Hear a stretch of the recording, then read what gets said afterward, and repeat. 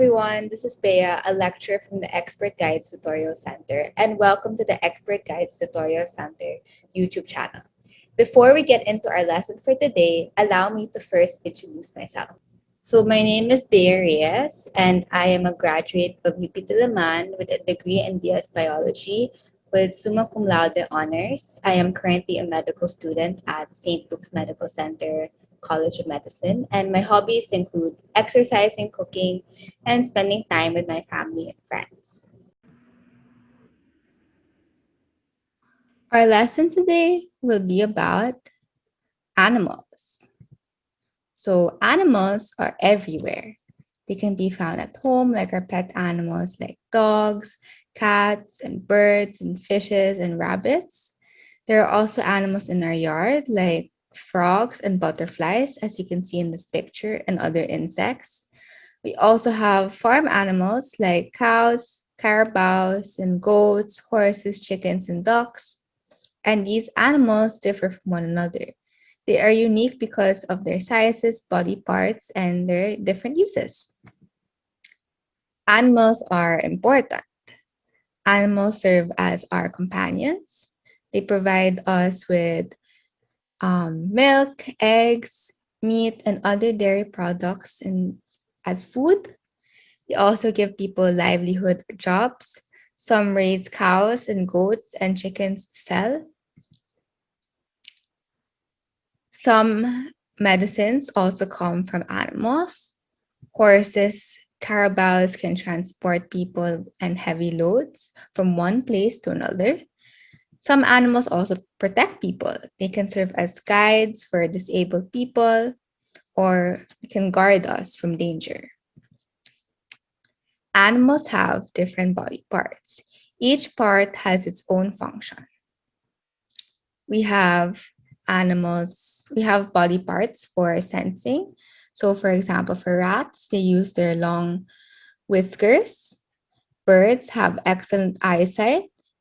Butterflies, bees, snails, and caterpillars have antennae to feel.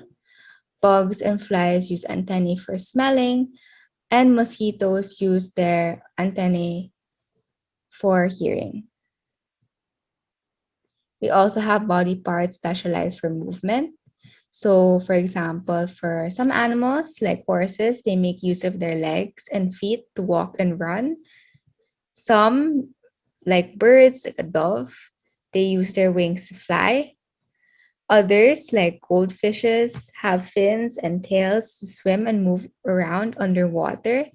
There are also those who have legs that can move in the water, like turtles.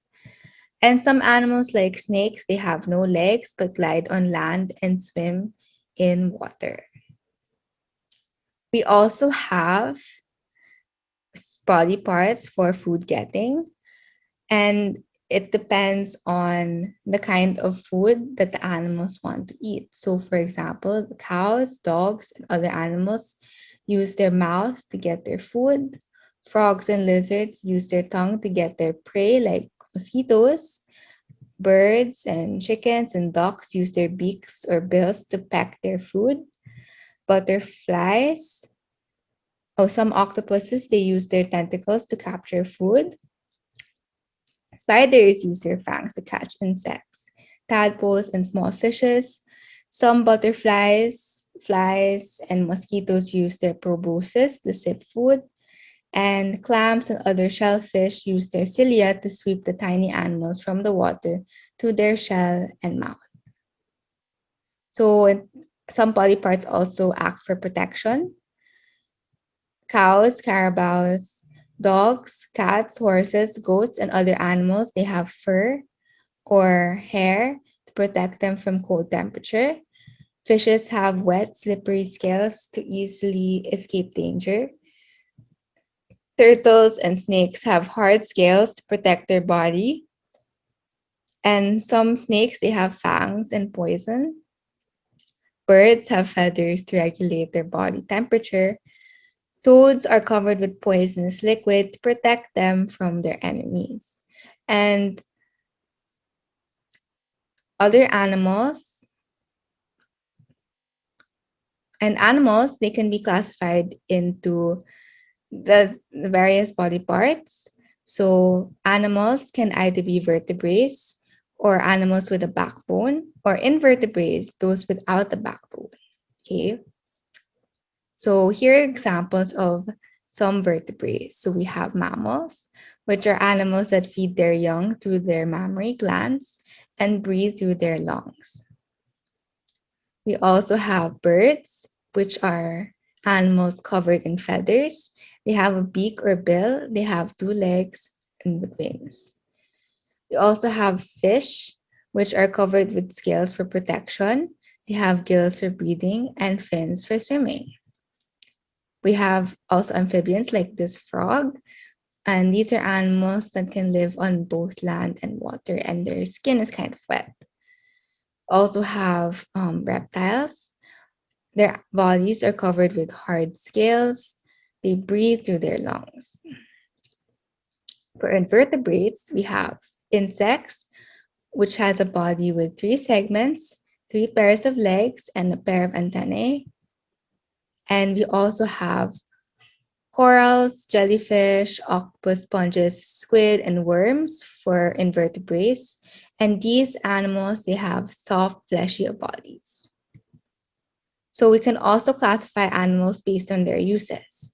So chicken, cows, and crabs can be used as a source of food. Sheep, crocodile, silkworm can be used as a source of clothing. Carabaos, horses are used as means of transportation. And dog, cat, and birds are used as pets. So here are some ways we can take care of animals. First, give your pet enough food to eat and clean water to drink. Second, provide a clean shelter for your pet, whether it's a dog or cat. Bring your pet to the veterinarian for regular checkup and vaccinate regularly. Keep your pet clean always. Do not disturb your pet while sleeping or eating.